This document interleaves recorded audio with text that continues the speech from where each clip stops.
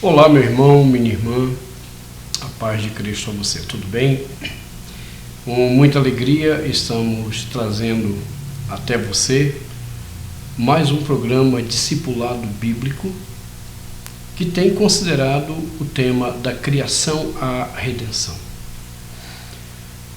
É uma alegria tê-lo conosco, participando, divulgando esse canal da Sociedade de Estudos Bíblicos Interdisciplinares, a CEBI, a fim de abençoar outras pessoas com aquilo que esteja abençoando a sua vida. Então eu quero lhe pedir para que não esqueça de se inscrever aqui no nosso canal, clicar ali no sininho de notificação para que você receba sempre conteúdos novos da CEBI. Toda semana você tem conteúdos aí publicados. E também deixar o seu like e, se possível, compartilhar com seus amigos esses estudos, com a sua igreja, com a sua família. Amém? Vamos orar e vamos para mais um estudo da criação à redenção. Deus Pai Todo-Poderoso, obrigado por esse tempo que o Senhor tem nos dado para aprendermos mais da Tua Palavra e não somente sermos desafiados por ela, mas trazermos nossa vida diante de Ti para um viver piedoso, agradável. E nós Te pedimos, Senhor, que o estudo deste dia abençoe a vida de cada um de nós. Faça concertos em nossos corações, a fim de Te honrar em todas as coisas. Nós Te pedimos em nome de Jesus. Amém. Meu querido, nós temos nos nossos últimos estudos procurado compreender um assunto bem complexo: o sentido da vida.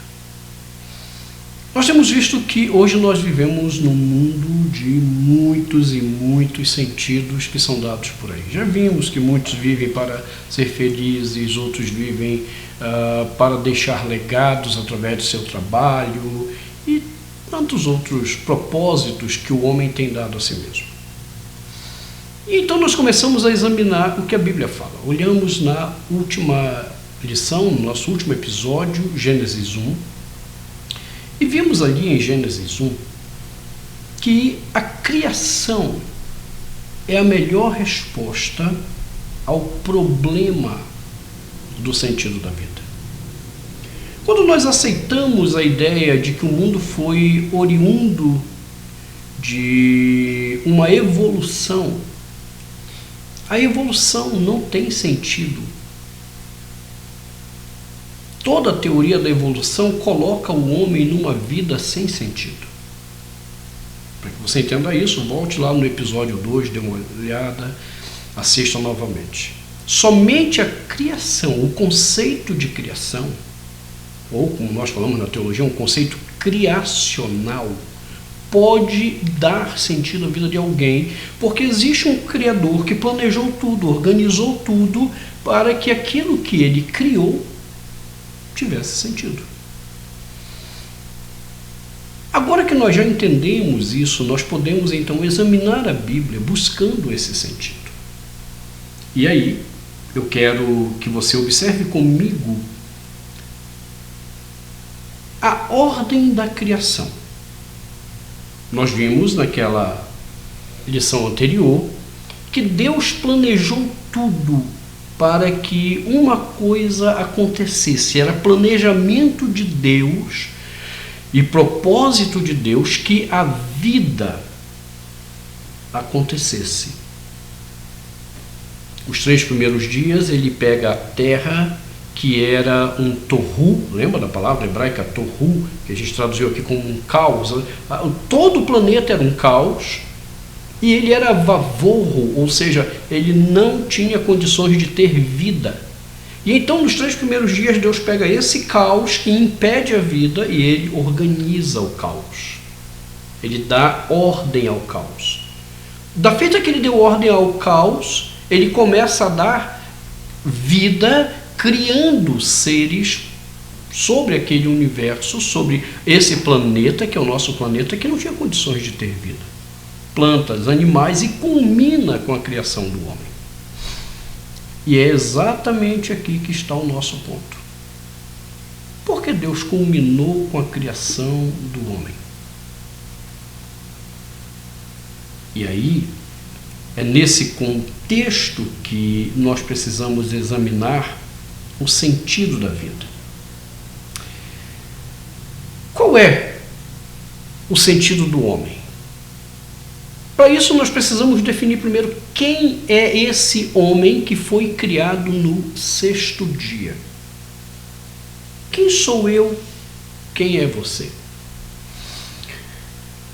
O entendimento moderno varia do mais baixo até o mais elevado conceito da criatura humana.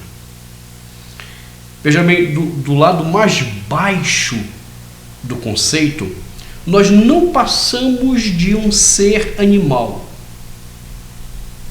que aí eles tentam florear, né, dizendo assim, um animal racional, mas não passa de um ser animal. E a gente ouve muito isso na expressão, né? Como isso foi entrando na nossa cabeça, que nós somos animais, até mesmo para elogiar ou para xingar. Você vê o jogador de futebol, o cara é bom, faz uns dribles lá, faz gols, assim, o cara é um animal. E aí, nesse caso, isso é um elogio. Mas nós usamos a mesma ideia também para xingar. Quando a pessoa faz alguma coisa grosseira, um ato criminoso, e nós queremos xingar e dizer assim, que cara é um animal. Percebe? Essa mentalidade de que nós somos animais está muito impregnada em nós. O que nos diferencia dos outros? Nós somos racionais. Esse é um conceito muito baixo do ser humano e que a Bíblia não reconhece. Isso, na verdade, é uma afronta àquilo que a Bíblia diz sobre o ser humano. Com toda certeza, não somos animais. Mas, por outro lado, há aqueles que nos definem de uma forma até exagerada,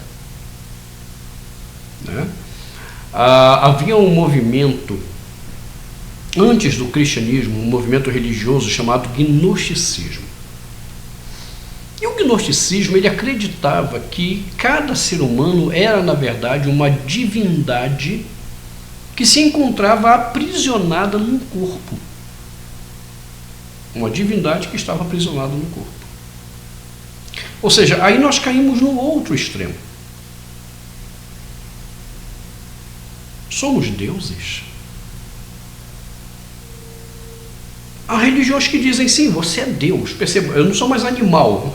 Saí de um extremo e fui parar no outro. Eu agora sou Deus. Infelizmente, há essa mentalidade sendo pregada nas igrejas evangélicas. Pessoas que têm entendido errado a palavra de Deus e têm ensinado por aí que nós somos deuses. E por isso nós podemos determinar o que nós quisermos e vai acontecer. Que nós vamos dizer a palavra e o que eu disser com a palavra vai acontecer, basta eu determinar. Mas isso também não faz sentido biblicamente, como a gente vai ver. Então perceba, nós vivemos num mundo de polarizações extremas sobre quem é o ser humano. Quem sou eu? Quem é você? E obviamente entre esses extremos, o extremo que me chama de animal, ainda que racional, e que diz que eu sou Deus, ainda que não como Deus absoluto, no meio disso aqui tem vários outros conceitos humanistas. Se você estuda a história da filosofia, e aí você olha para o que grandes filósofos disseram sobre quem é o ser humano, Ai, ai, são tantas as definições e todas erradas, porque elas não partiram da simples palavra de Deus. Não partiram. São frutos, são definições frutos da elucubração humana, sem nenhum viés das Escrituras. Então nós temos um problema. Quem somos nós? Mas há um outro problema, uma outra pergunta que tem que ser feita. Para que então nós fomos criados? Veja que a resposta que eu der sobre quem eu sou influenciará diretamente a outra pergunta. Para que eu fui criado? E, infelizmente, em nossos dias nós temos ouvido que Deus criou o ser humano para lhe dar de presente um mundo criado. Veja, o homem é tão importante assim que Deus criou todo o mundo para dar para ele, ser humano, este mundo criado. Mas seria exatamente isso que a Bíblia diz? Seria este homem o senhor da criação? Porque se Deus deu a ele o mundo criado, então o mundo pertence a este homem criado e, pertencendo a ele, consequentemente, ele é o senhor do mundo que foi criado. Porque agora lhe pertence, lhe foi dado. Você entende? Da feita que eu lhe dou um presente, eu não tenho mais o direito de requerer nada, eu lhe dei o presente. E a gente tem ouvido isso, que Deus criou o mundo para dar ao homem este grande presente chamado mundo criado. E daí, isso tem levado a muitos ensinamentos que são extremamente perigosos. Como, por exemplo, o ensinamento ou a doutrina que alega que o homem, então, ao pecar, deu ao diabo a legalidade para agir e dominar a terra.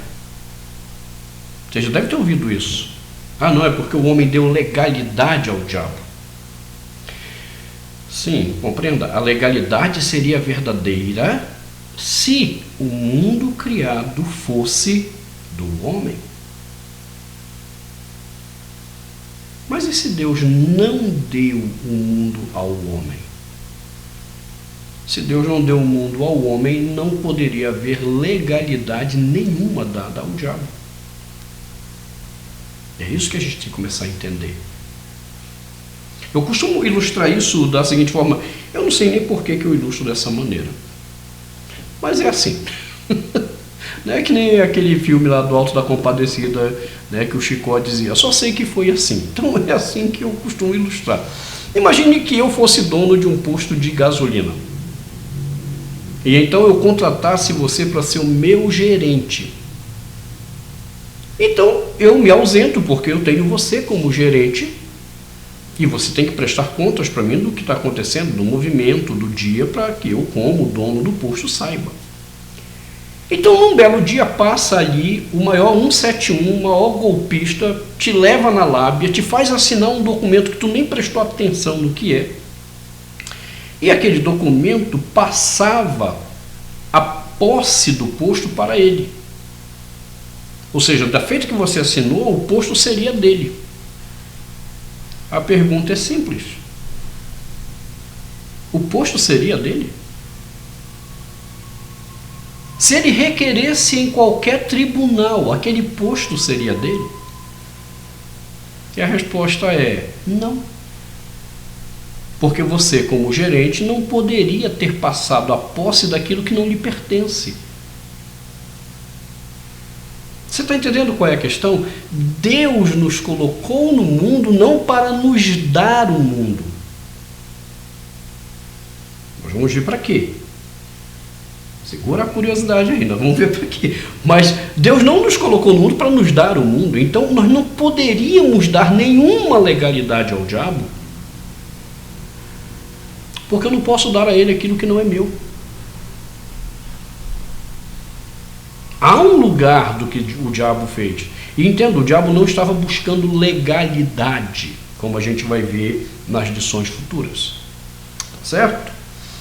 Então, como nós podemos ver, compreender a natureza do homem e a razão da sua existência é essencial para uma cosmovisão bíblica que seja livre de superstições e enganos.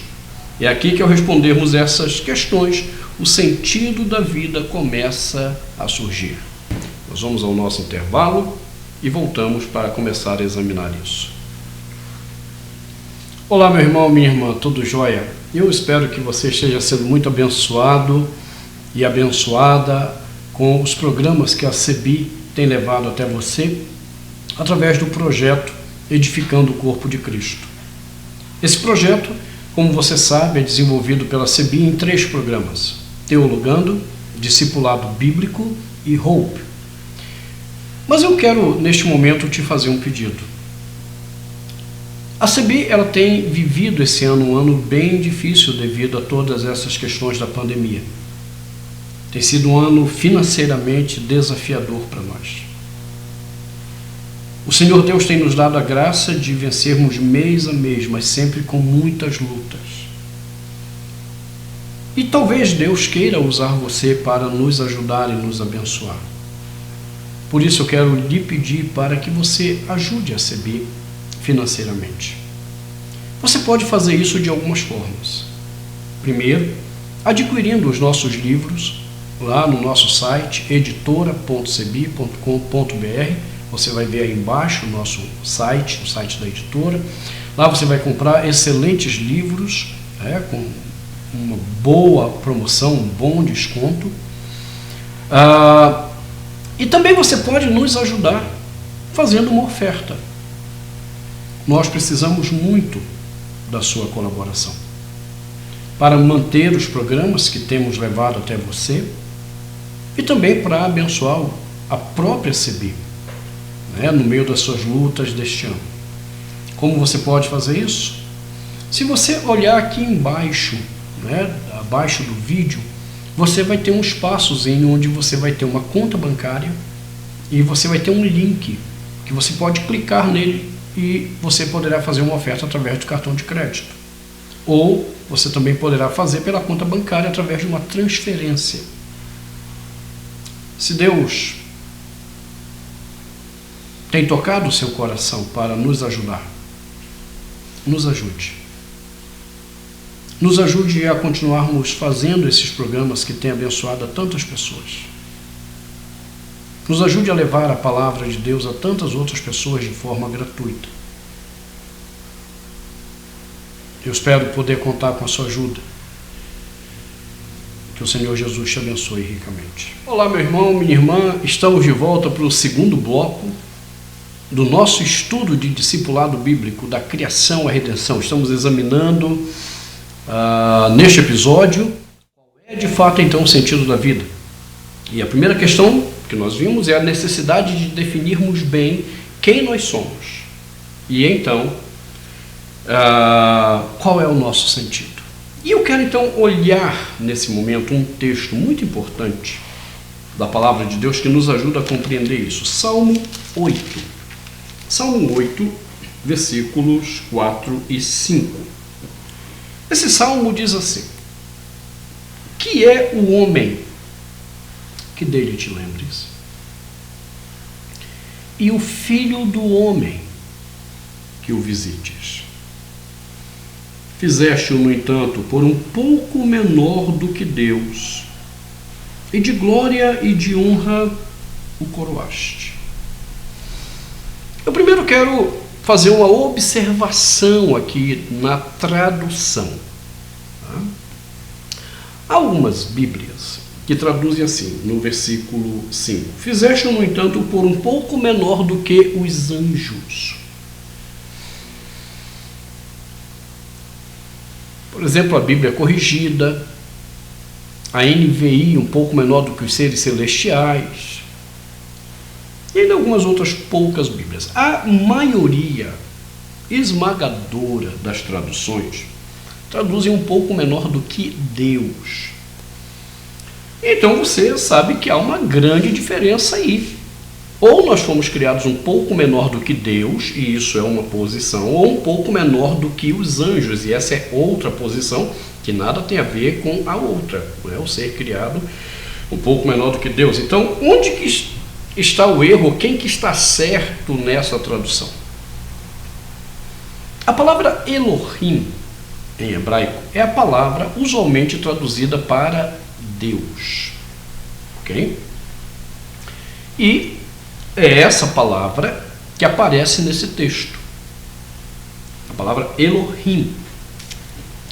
O problema é que em alguns poucos momentos do Antigo Testamento, a palavra Elohim foi aplicada aos anjos também. Então veja bem, na maioria esmagadora do Antigo Testamento, Elohim se refere a Deus. E em alguns poucos lugares se refere a anjos.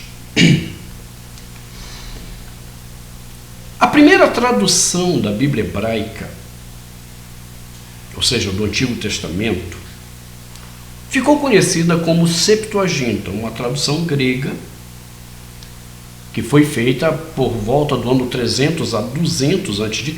Há algumas discussões ainda sobre a datação, mas é uma tradução muito antiga. E ela foi feita do hebraico para o grego. A Septuaginta tinha um espírito grego, ou seja, os seus tradutores haviam assimilado muito da cultura helênica ou da cultura grega. E por causa disso, eles tiveram problemas na hora de traduzir alguns textos do Antigo Testamento. Um desses textos foi o Salmo 8. Porque na mentalidade grega, o homem jamais se aproxima da divindade. A divindade é a divindade, o homem é o homem, não há proximidade entre eles. Então, quando eles leram em hebraico, fizeste um pouco menor do que Deus, eles disseram, não pode ser esse o significado. E aí mudaram a palavra Elohim, que em grego seria Theos, para Angelos. E daí deram origem à tradução, fizeste, no entanto, um pouco menor do que os anjos. Então, daí o problema da tradução. Como saber qual é a tradução correta, então, nesse caso? Porque a Almeida Revista Corrigida, a NVI, eles acompanham essa ideia dos anjos. Primeira coisa é você pensar o seguinte: por que a maioria esmagadora das Bíblias traduziram um pouco menor do que Deus? Bom, deve ser porque os seus tradutores e as suas comissões entenderam que esse era o significado nessa passagem. Segundo, por que as melhores traduções do mundo traduziram menor do que Deus? Porque eles entenderam que nessa passagem essa era a melhor tradução daquilo que se estava dizendo. Mas se isso não bastasse, basta eu olhar o Salmo 8. Observe, o Salmo 8, ele começa com uma declaração: ó Senhor, Senhor nosso, quão magnífico em toda a terra é o teu nome. E aí ele começa a explicar por que o nome do Senhor é magnífico em toda a terra. Pois expuseste nos céus a tua majestade. Da boca de pequeninos e crianças de peito suscitaste força por causa dos teus adversários, para fazeres emudecer o inimigo e o vingador. Olha agora: quando contemplo os teus céus, obra dos teus dedos, e a lua e as estrelas que estabeleceste, que é o homem que dele te lembres. Olha só, o salmista está olhando para o quê? Para a criação. Quando eu contemplo os teus céus, obra dos teus dedos, e eu contemplo a lua e as estrelas. Então o salmista olha para a criação. No versículo 6 ele diz assim: deste-lhe domínio. Onde que nós temos essa palavra deste-lhe domínio? Lá em Gênesis 1, como nós vamos ver. Deste-lhe domínio sobre as obras da tua mão, e sobre seus pés tudo lhe puseste, ovelhas e bois todos, e também os animais do campo, as aves dos céus, os peixes do mar, e tudo o que percorre as sendas dos mares. Gênesis 1, 26, depois Gênesis 1, 28, a mesma linguagem, ou seja, o ambiente do Salmo 8 é o ambiente da criação. E no ambiente da criação, a tradução correta deveria ser: fizeste, no entanto, um pouco menor do que Deus. Do que Deus. Porque ele está se reportando à criação. E é lá na criação que se diz algo muito importante. Em Gênesis 1:26 diz: façamos o homem à nossa imagem, conforme a nossa semelhança. Perceba, Deus criou o homem à sua imagem. E então no Salmo 8, já que ele está no ambiente da criação de Gênesis 1, como eu demonstrei a você aqui, qual é o significado de Elohim? Deus. Fizeste, no entanto, por um pouco menor do que Deus. Olha que interessante, Deus nos criou para sermos um pouco menor do que Ele. E aí, infelizmente, as traduções que traduziram um pouco menor do que os anjos se equivocaram ao seguir a teologia helênica da Septuaginta, ou ao seguir a teologia grega da Septuaginta. Nesse texto diz que eu e você, Deus se lembra de mim e de você. Ele atenta para nós, porque nós somos feitos um pouco menor do que Ele. E o Salmo 8 ainda completa, observe: e de glória e de honra eu e você fomos coroados. Coroados. Por quê? Porque Deus me fez, Deus fez você a imagem dele. Isso é muito importante você entender. Porque o que significa ser a imagem de Deus? Primeiro, a imagem de Deus, conforme a semelhança, nos lembra ou nos indica algo que se parece fisicamente. Porém, no sentido bíblico, ela se refere à questão do caráter. Deus imputou a mim a capacidade de refletir o caráter dele, Deus. Então, quando a Bíblia diz eu e você somos a imagem de Deus, significa que eu e você fomos criados para refletirmos o próprio Deus. E refletirmos o próprio Deus no seu caráter. Olha que interessante.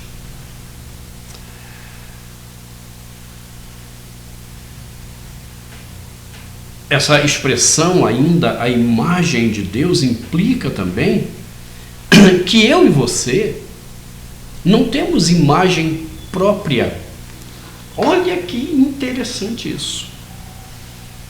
Eu e você não temos imagem própria. A nossa imagem é uma imagem imputada por Deus. É a imagem dele operando em nós. Então, quando nós almejamos refletir essa imagem, a imagem de Deus como se ela fosse nossa, na verdade o que nós estamos fazendo é usurpando a imagem de Deus.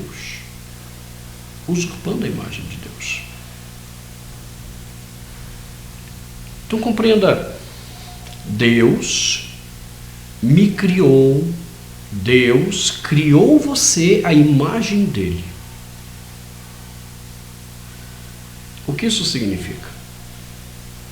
Primeiro, que você foi criado ou criada para refletir a imagem de Deus e não a sua própria imagem. Você foi criado para refletir a imagem de Deus e não a sua própria imagem. Segunda questão que isso implica. Eu tenho que refletir a imagem de Deus no seu caráter. As pessoas precisam olhar para mim e para você. E as pessoas precisam ver Deus no nosso caráter. Foi para isto que Ele nos deu da sua imagem. Foi para isto que Ele imputou a imagem dEle em você. E então isso aponta para a grande questão. Qual é o propósito da minha vida agora que eu sei que eu sou imagem de Deus? O propósito da minha vida, o propósito de todo ser humano. Todo ser humano foi criado para este único propósito: refletir a imagem de Deus, o seu caráter, em todas as coisas no mundo criado.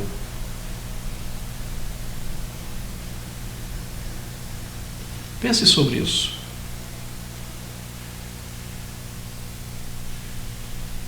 Até aqui você tem vivido para refletir o que e a quem?